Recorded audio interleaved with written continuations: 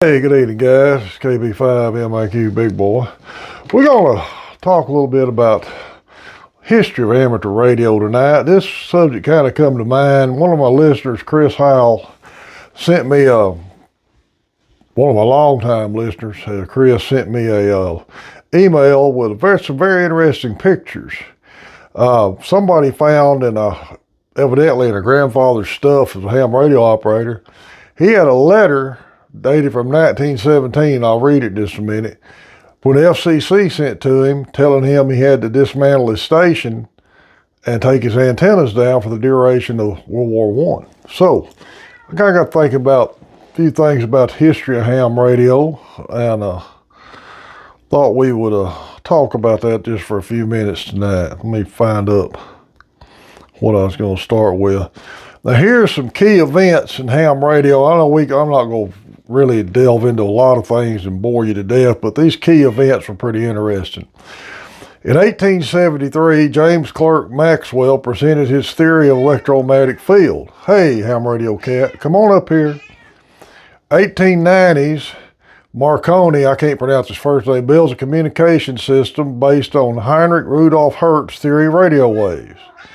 In 1901, Marconi used a radio device with high-powered large antennas to communicate across the Atlantic.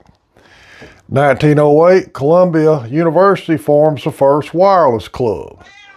1909, the Wireless Association of America published the first annual official wireless blue book, which includes a list of amateur radio stations.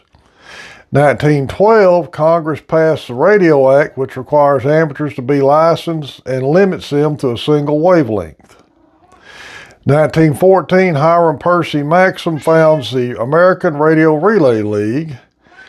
1921, transatlantic transmitting and receiving tests begin. 1927, the amateur class license is renamed amateur class. 1932, the amateur class license renamed first amateur class. In 1960, the first two-way contact via the moon takes place on 1296 megahertz. Now, there was another one on here. Let me pull it up. 1917, World War I ends amateur radio activity in the United States. 1919, it was allowed to restart. And then in 1941, Pearl Harbor attack halted amateur radio activity, and it was ended in World War II through the end of the war. So, that's some things to think about. This letter, and I'm going to put this picture in the video, they found it was put back in the original envelope from the FCC. Important notice, the following order was April 6, 1917. Wait a minute. The following order was issued by the President on April 6, 1917. We urge everyone to conform with this order by dismantling all aerial wires and disconnecting all apparatus, and to notify all persons who have radio stations. Executive order. Whereas the Senate and House of Representatives of the United States of America in Congress assembled have declared that a state of war exists between the United States and the Imperial German government.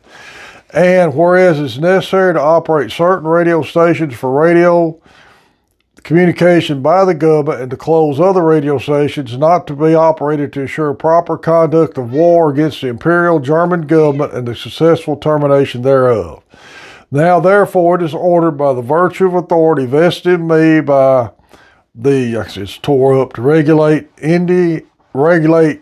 radio communication, approved August 13, 1912, that such radio stations with the jurisdiction of the United States are required for naval communication shall be taken over by the government of the United States and used and controlled by it.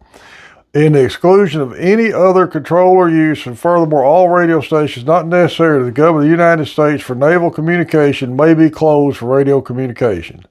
The enforcement of this order is hereby delegated to the Secretary of the Navy, who is authorized and directed to take such action in the premises as to him may appear necessary. This order shall take effect from and after this date. Signed, Woodrow Wilson, the White House, April 16, 1917. And that happened in World War II. That's one of the things with us having a federally issued license. We are under the control of the federal government as far as operations go. Now, a little more history there. They didn't shut it down for not confined for the Korean War.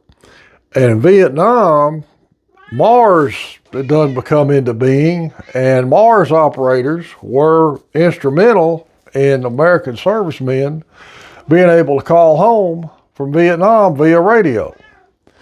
It was pretty cool. These operators had phone patches, and you just found an operator close enough to your home. You could either do a local call or call collect, and you had a few minutes on the radio, and you got a chance to call your family for basically free or little or nothing.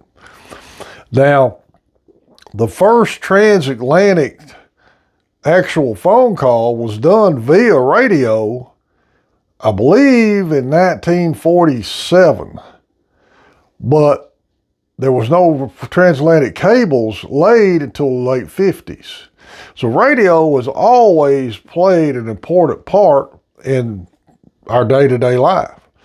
Now, technology's built it up some more for kind of taken for granted now, with computers and the internet. And all of those are great. They are. I'm not knocking any of those. But those are all dependent upon a man-made system. Radios, if your radio's functioning and you can get an antenna up, you can work the propagation sooner or later to get a message through. I hate to see us get away from actual radio with all these newer technologies coming out.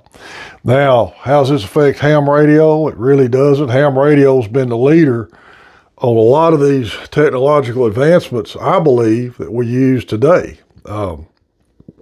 Everybody wants to point at a cell phone when you talk about ham radio. Well, I got this. Well, technically, you're talking on a radio with a really, really good phone patch. Now, you go back to the days of ham repeaters with phone patches, you'll know what I'm talking about. That's basically all a cell phone is. Amateur radio operators back in the day with VHF packet, we were leaving messages like an email long before any of us had internet access around here. So ham radio has always been experimenting and a leader in a lot of these technological advancements. We've got amateur satellites up for amateurs to use. I know we've got a lot of modes now that are really dependent upon computers and cell phones, say Echolink, DMR, Fusion. That's fine. There's still modes you can use, but we always going to have the backup of actual putting RF in the wire and a radio and antenna. Simple as that. Guys, this is one of the things I try to stress with this channel is do your research, learn this hobby as you go. Don't jump out there thinking that you have to have every bell and whistle right off the bat. And don't think if you run in too small a station compared to somebody else's. It's your station. If you got a 25 watt, 10 meter mobile and you're running a homemade dipole and you're talking to Europe, you're a ham radio operator. You're making the same contacts as that guy running a 75-foot Ron 45 with a huge step-IR tri-bander on it and an amp.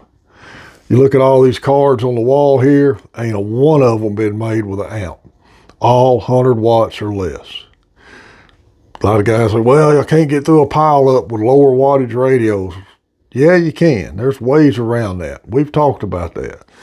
That's why I always emphasize listening before you start trying to make a conversation. Look at some of my earlier videos. I go into that a little bit. But the point is this. I would rather see you building your own antennas, using an older radio, and learning how to get on the air and make contacts than having everything brand new out of the box, plug and play, and you're on the air. Nothing wrong with that. If you got the money to do that, go for it. But don't let that keep you out of the hobby.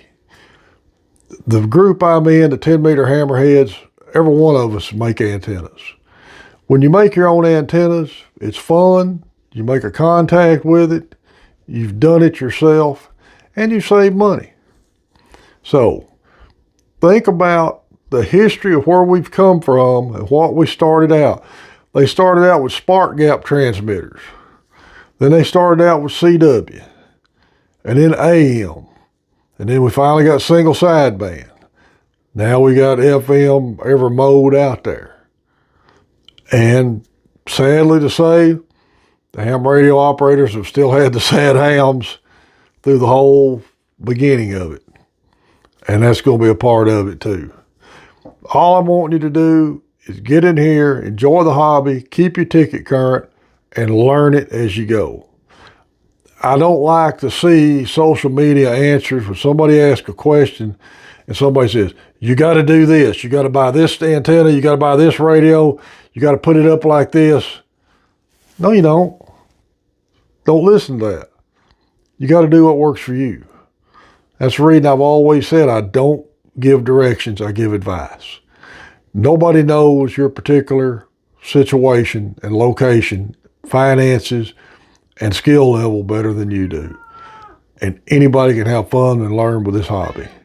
But remember, it's a federal license and it's controlled by the government, and we'll always have to abide by their rules. Chris, thank you for sending that. I hope this video made sense. I kind of been thinking about it today. I've been running around here, had to go get a physical, and went over and seen K1 ENT Kent. Him and WD5HKV, both of them a little under the weather, so y'all keep them in your prayers. So we know him getting back on the mend and get feeling better soon. Guys, remember, main trading company in Paris, Texas. Richard's got all kinds of sales going on. Sign up for his email list. Call the store if you're looking for a piece of equipment. And if you call them and you heard about it here, be sure and tell them you heard about it on Big Boy's channel. That just help them know that we're doing them some good here. Guys, thanks for everybody subscribed to the channel. I think we're at 1763. This is KB5 MIQ Big Boy 73.